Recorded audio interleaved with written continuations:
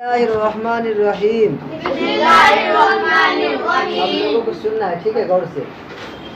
حضرت عمر بن عبدالعزیز رحمۃ اللہ علیہ، حضرت عمر بن عبدالعزیز مسلمانوں کے مشہور خلیفہ تھے۔ خلیفہ پوچھیے گا بعد میں، ٹھیک ہے، سب کا جواب دیں گے آپ، اس کے نیچے عمر دی انڈر لائن۔ حضرت عمر بن عبدالعزیز مسلمانوں کے مشہور خلیفہ تھے۔ خلیفہ بننے سے پہلے وہ بڑی شان و شوکت کی زندگی گزارتے تھے، لیکن خلیفہ بنتے ہی ان کی زندگی بالکل بدل گئی۔ انہوں نے شاہانہ ٹھاٹ باٹ ترک کر دیا، یعنی چھوڑ دیا۔ اپنے سارے قیمتی لباس، سامان اور بیوی کے زیورات بیت المال میں داخل کر دیے اور انتہائی سادہ اور پاکیزہ زندگی گزارنے لگے۔ خلیفہ بننے کے بعد وہ سادہ لباس پہنتے، معمولی کھانا کھاتے اور کچے سے مکان میں رہتے تھے۔ ان کے بیوی بچوں کی زندگی بھی سادگی سے گزرنے لگی۔ وہ چاہتے تو اپنے بیوی بچوں کو لذیذ کھانے کھلا سکتے تھے، عمدہ کپڑے پہنا سکتے تھے، لیکن انہیں بیت المال سے رقم لینا گوارا نہ تھا۔ ایک مرتبہ کا ذکر ہے، عید قریب تھی، سب لوگ اپنے بچوں کے لیے نئے نئے کپڑے بنوا رہے تھے۔ حضرت عمر بن عبدالعزیز رحمۃ اللہ علیہ کے بچوں نے بھی اپنی ماں سے نئے کپڑوں کی فرمائش کی۔ ماں بے چین ہو گئی۔ وہ شوہر کی خدمت میں حاضر ہوئی اور سارا حال بیان کیا۔ بیوی کی بات سن کر انہوں نے فرمایا، فاطمہ، میرے پاس اتنی رقم کہاں ہے کہ بچوں کے لیے نئے کپڑے بنوا سکوں۔ حضرت عمر بن عبدالعزیز رحمۃ اللہ علیہ انتہائی ایمانداری سے بیت المال کی حفاظت کرتے تھے۔ نہانے یا وضو کرنے کے لیے سرکاری باورچی خانے میں گرم کیا ہوا پانی استعمال نہیں کرتے تھے۔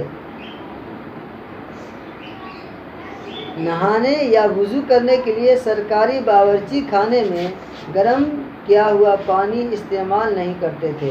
انہیں بیت المال میں رکھی ہوئی مشک کو سونگھنا تک گوارا نہ تھا۔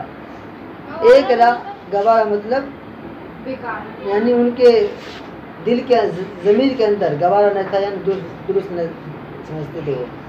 ایک رات وہ کسی سرکاری کام میں مصروف تھے، یعنی مشغول تھے، بزی تھے۔ وہ سرکاری چراغ جل رہا تھا۔ اتنے میں ایک ملاقاتی صرف ان کی خیریت دریافت کرنے کے لیے آ گیا۔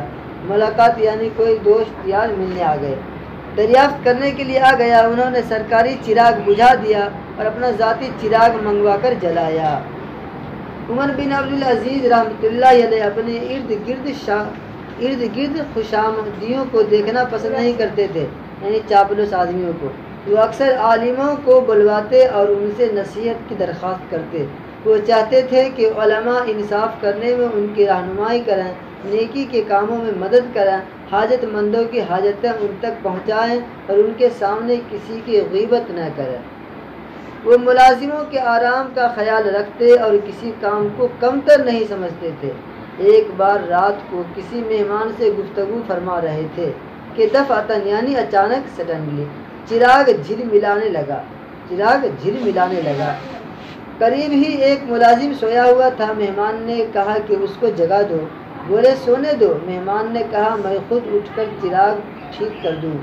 فرمایا مہمان سے کام لینا مناسب نہیں، آپ خود ہی اٹھے، برتن سے زیتون کا تیل لیا اور چراغ کو ٹھیک کر کے پلٹے تو کہا جب میں اٹھا تو عمر بن عبدالعزیز تھا اور جب پلٹا تب بھی عمر بن عبدالعزیز ہوں۔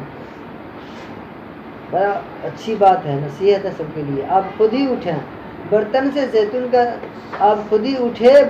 زیتون کا تیل لیا اور چراغ کو ٹھیک کر کے پلٹے تو کہا جب میں اٹھا تھا تو بھی عمر بن عبدالعزیز تھا اور جب میں پلٹا تب بھی عمر بن عبدالعزیز ہوں، یعنی چراغ کو اگر میں ٹھیک نہ کرتا تب بھی عمر بن عبدالعزیز ہی کہلاتا، اور چراغ یعنی اپنا کام خود سے کر لیا ہوں، مہمان کو تکلیف نہیں دیا، پھر بھی عمر بن عبدالعزیز ہی ہے۔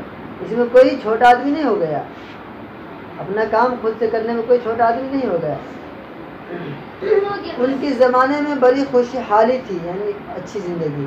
لوگ ان کے پاس کثرت سے مال لاتے اور کہتے کہ غریبوں میں بانٹ دیجیے، لیکن وہ یہ کہہ کر مال واپس کر دیتے تھے کہ حاجت مند نہیں ملتے، پھر یہ مال کسے دیا جائے۔ انہوں نے لوگوں کو انہوں نے لوگوں کی سہولت کے لیے سرائیں بنوائی یعنی شہر وغیرہ جہاں مسافر ٹھہرتا ہو شہر میں.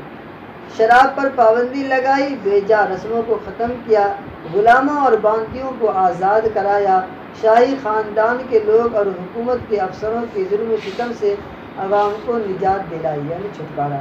ان کی خلافت کا زمانہ صرف 2 سال 5 مہینے رہا. حیرت اس بات پر ہے کہ اتنے کم عرصے میں یہ ساری اصطلاحات عمل میں آ گئی. تاریخ میں ایسے عادل، نیک اور پرہیزگار اسلامی حکمراں کا نام ہمیشہ روشن رہے گا. ان پر اللہ کی رحمت ہو.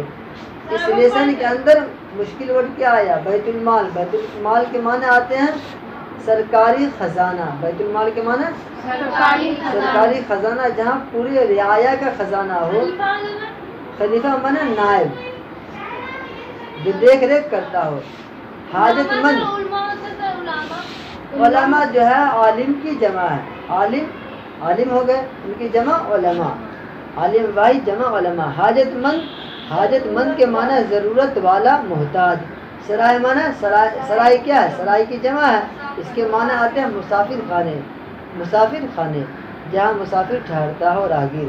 عادل کے معنی عدل کرنے والا یعنی انصاف کرنے والا.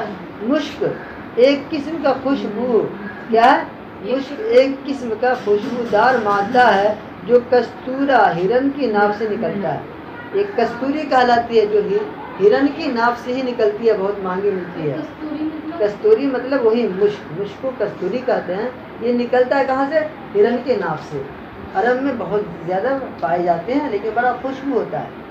اسی کو کستوری عطر کہتے ہیں، مشک بھی کہتے ہیں. ٹھیک ہے نا؟ سعودی عرب گئے ہیں؟ نہیں، ارادہ ہے انشاءاللہ. دعا کرو اللہ پہنچا دے. اصلاحات، اصلاح کی جمع. اصلاح کیا؟ اصلاح کی جمع ہے.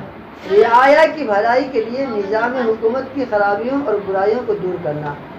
حکمراں، حاکم بادشاہ. یہ آپ کا کل رہے گا سبق. ٹھیک ہے انشاءاللہ. معنی الفاظ ابھی ڈالیے سب نمبر وائز ریڈنگ.